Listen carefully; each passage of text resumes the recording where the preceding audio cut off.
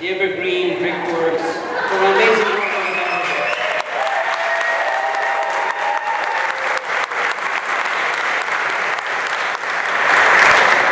I think we must do more for natural heritage. I helped pass the ravine bylaw. I pushed hard for it because the old city of Toronto used to have it, the other municipalities not as good. We have to do more than that. I think we have to move to the next stages of this evolution. First of all, the Rouge River Park must be a national park. And I supported that, worked with the local councillors there in order to achieve that. Also, we have to establish biodiversity corridors. That's how you deal with the natural heritage. Not only for the plants and the trees and the shrubs and so forth, but also for the birds, the coyotes, and so forth. Because that's the next stage. In a way, we've done that inadvertently through the legislative spit. But we have to exercise that corridor like veins throughout Toronto. That's how I see natural heritage happening, including green roofs, which are championed, etc., etc., etc. In regards to heritage, many of you know that I talk the talk and I walk the walk. And I think it's great for having this evening tonight.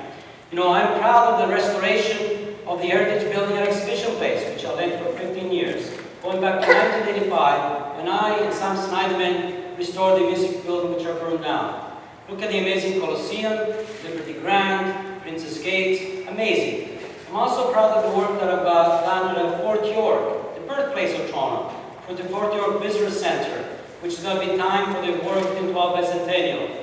And I'm proud to be the chair of the city's bicentennial commemoration of the War of 1812. Frankly, some people call me as the mayor of heritage in the last few years. We need to look at how we deal with churches in this city, because they're more than just the places of faith. There's also places of our cultural heritage, our cultural landscape.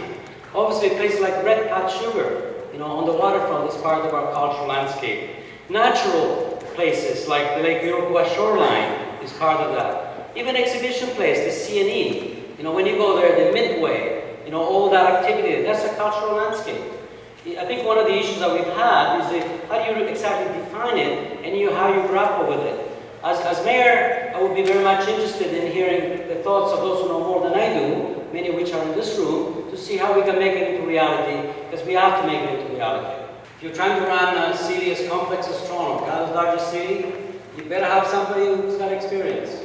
Because you know what, if you have somebody who's got good intentions, somebody said the road to hell is paved with good intentions. Because it's going to be trial and error. Except the error is going to be made, and the city is going to suffer. The vision, I didn't interrupt you, Mr. Rossi, please.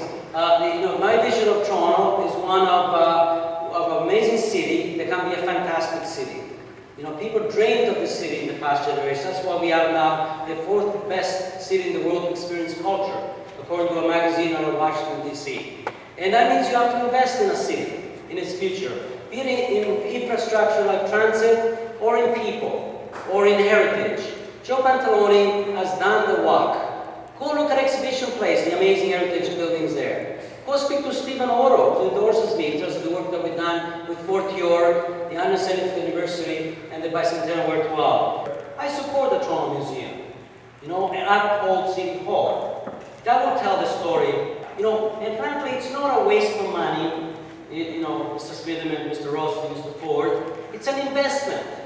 Arts, culture, and heritage bring tourism here. People spend money, create jobs here. Paris, London, Rome, what do you think they make their money from? Tourism. If we have an amazing story to tell in the city, and we simply want to watch the pennies. We want to be penny wise and pound foolish.